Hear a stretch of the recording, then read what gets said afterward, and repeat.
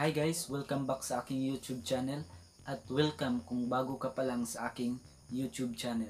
So for today's video guys, is gagawa tayo ng tutorial kung paano natin i-link ang ating GCash Mastercard using GCash app.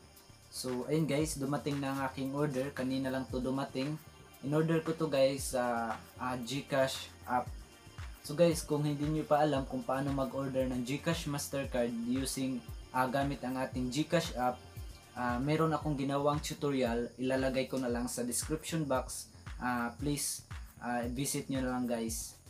So ayun guys, bago ako magsimula, kung bago ka pa lang sa aking YouTube channel, please consider subscribe and don't forget to hit the notification bell para palagi kang updated sa tuwing may panibago na naman tayong tutorials.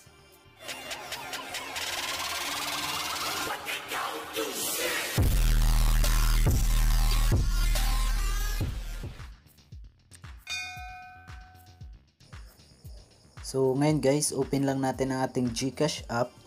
Then punta tayo sa profile. Tap natin ang profile.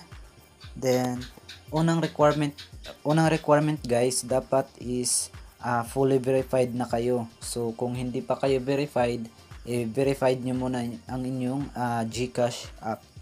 So pag verified na kayo guys, punta lang tayo dito sa My Link Account. Tap lang natin yan. Then next is hanapin natin ang GCash Mastercard. Tap lang natin.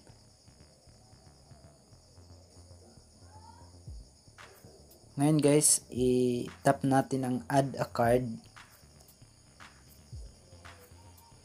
Then dito naman guys is nagsi-send ng 6-digit authentication code ang GCash sa ating GCash number.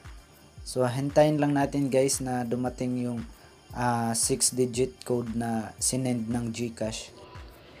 So ngayon guys, i-type lang natin ang 6-digit authentication code na na-receive natin galing sa GCash app. 296358. Then ngayon guys, tap lang natin ang submit.